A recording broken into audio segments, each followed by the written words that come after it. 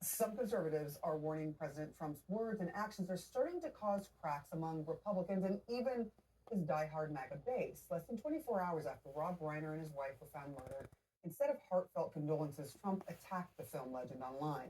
Radio host Eric Erickson wrote, "This is the sort of stuff that exhausts people who like the man." And former Congressman Adam Kinzinger said, after Trump's post to still support him is nothing short of insane. I'm looking at you. What do you think of that? Well, I don't take any political advice from Adam Kinzinger, and I wouldn't advise anybody to do that. B, look, I've been hearing for 10 years that Trump's going to lose his base over this or that or the other. And for millions upon millions of Republicans who support what he's doing, who have lived through the last 10 years, they have learned to take Donald Trump for who he is, all in, all the time. And they are very appreciative of what he's doing for the country. They like what he's done on taxes. They like what he's doing on immigration. They like that he lives up to his campaign promises. But we're living through another moment here where a bunch of people are going to come out and make predictions about Trump and the base and this and that. And the reality is, it's not true. There are going to be a lot of people who don't like this statement, and then they're going to assess the state of American politics and assess the alternative and say, I knew what I was signing up for when I voted for him 3 times, and I'm going to ride it out. I actually agree with Scott. I think the Republican base jumped the shark in 2016 when so many Christians, so many evangelicals, so many Catholics, so many people who said they didn't like Trump and heard him boast about sexual assault on video and on tape still went out and voted for him. So I think Trump has gotten away with and gets away with, as he himself said, he could shoot somebody on Fifth Avenue and they'd still support him. I think he's gotten away with setting a new standard that only he gets measured by. But I think that what's eroding, but his approval ratings are spiraling. But I don't think it's because of lack of empathy or inhumanity. Yeah. I think it's because it's about the economy, the tariffs. Right. I think it's because they look at what's happening in Venezuela and wonder how that's America first. I think it's Latinos. He's lost double digits with Latinos because I think they think he's gone too far on the deportation. They may like what he's done on the border, but they think he's gone too far on deportations and that it's cruel and good people are getting dragged through the streets by masked men. So, I think it's a lot of things. I don't think it's about his lack of empathy over Rob Reiner. So there's a couple of things about Trump's base. One, he ain't going to lose it. 2, it's non-transferable. Okay? So that's the thing that Republicans are having a hard time figuring out. Donald Trump forever, I say broke, but I will just, so we're not like content farming here. He reshaped the Republican Party. This Republican Party, since 2015, is being remade in Donald Trump's image. Now, what that party can't run on are things like family values. I mean, he has 5 kids by 3 baby mamas, right? What that Republican Party can't run on are things like evangelical, we are GOP, God's only party, because you have a president right now who doesn't have any empathy, who doesn't display those things, who doesn't have that Christ-like walk. So if you take those things together, it is a new type of politics. Yeah, it's a shuffling of party. Let me ask you a question. What 2-term president was transferable? Who did Barack Obama's popularity transfer to? Nobody. And in fact, the Democratic Party base across the country was decimated. Reagan transferred to Bush. That's actually not true. Who did transfer? You do realize Who did Clinton transfer? You do realize that Hillary Clinton got more votes than Donald Trump, right? I know. So to say that it was decimated. Boy, she looked great in the White House, didn't she? Well, she did. I mean, to say it was decimated is a gross overstatement. Thousands of Democrats in lower elected office across the country lost. He decimated the Democratic Party. Who? Obama. There was no transfer from him. That has a totally that's a different argument.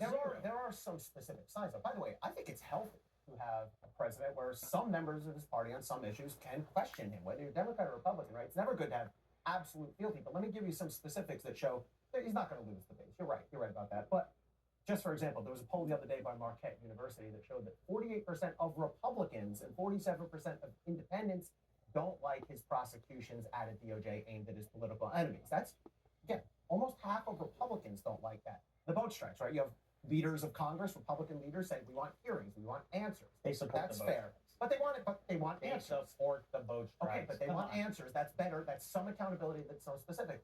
The Epstein files, we had a complete turnaround. Everyone voted for disclosure. Indiana, the state of Indiana, just refused to decline to gerrymander mid-district. So I'm not saying he's falling apart.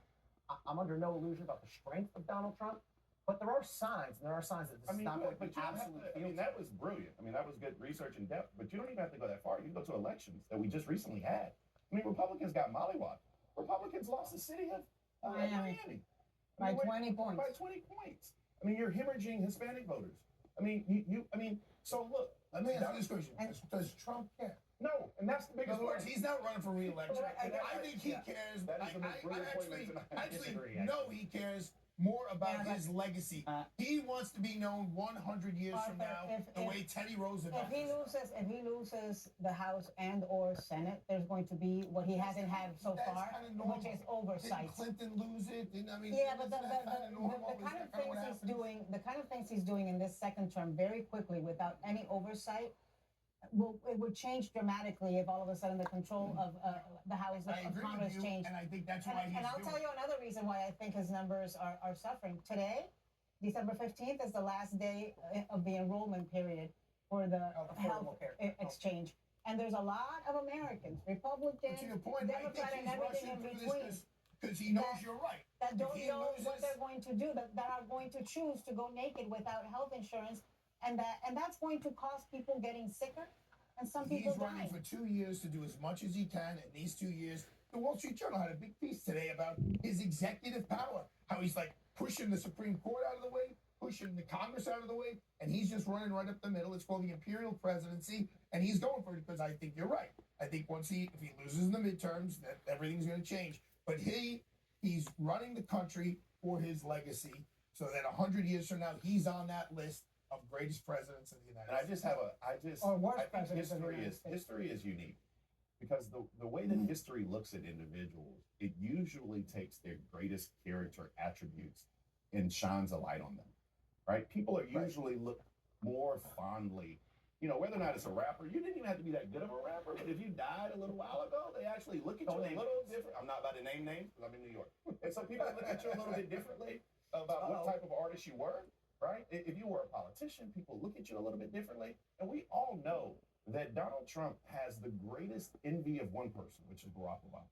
He envies Barack Obama. Well, that's fine. He envies Barack Obama, whether or not it's Nobel Peace Prizes, whether or not it's the swag, whether or not it's the way that he talked, whether or not it's his adoration, whether or not it's his Gallup approval rating today, all those things. But push that aside. He wants to be remembered in history as something that he was not. The problem that he has is that when you have missteps like this, although it may not mean anything today, it may not mean anything with this electorate, I do think history is going to frown upon But somebody you who just doesn't said have he changed the Republican Party. You did. said that. So I didn't say for better. Well, but maybe he changed it for the next 50 years. He did. And okay, he will be remembered for And that. that is a The sad way Lawrence concept. Taylor is remembered for changing the way football was But Lawrence Taylor also did crack in the locker room. So, before he played. so what? He's still the great NFL just rated him the greatest defensive player of all time. Period. Amen. End of story. 30 years in. I hear you, but it's always going to be the attribute, the asterisk. Barry Bonds is the greatest of all time. If you think I think Donald Trump is going to get graded as one of the greatest presidents of all time, I'm going to begin to wonder I think if he's- you're smoking crack. Chip O'Neill never thought No. Ronald Reagan would be rated one of the greatest presidents of all time, and they got along and they did Look. wonderful things together. Love it or hate it, he is the most consequential political force in the modern era. He is the strongest party boss either party has ever seen. He got more votes each time he appeared on the ballot. He has people that will only vote for him. Now, that's something Obama had as well. He had people that would only vote for him. That puts you in a different realm. I mean, when you're that kind of and two-term presidents often have this, but you cannot deny, he is the most consequential political force of the modern era of either party. I don't want to deny that but I do think consequential also has a negative connotation. It can. And I think that when Every politician has I detractors and think that supporters. they're not detractors and supporters. There's impact on history, like Andrew Jackson. I mean, what are we talking about? I mean, like Trail of Tears. I mean, where are we going with this discussion about remembering who people were? And so I just think that Donald Trump will be remembered as somebody who was extremely consequential for reshaping the Republican Party. No doubt about it. But I do think that his moral and ethical lapses, whether or not it's before office or in office, will not go unnoticed. And I think I agree. But Carly, he's reshaped far more than the Republican Party. He has gotten law firms to capitulate, media Oh, to yeah. capitulate, Universities. universities to You're right. capitulate. I was a little too It's- narrow in my scope. Yes, it's Has so there ever it's- been a president with moral and ethical failings before Donald Trump? Oh, there hasn't been one with this.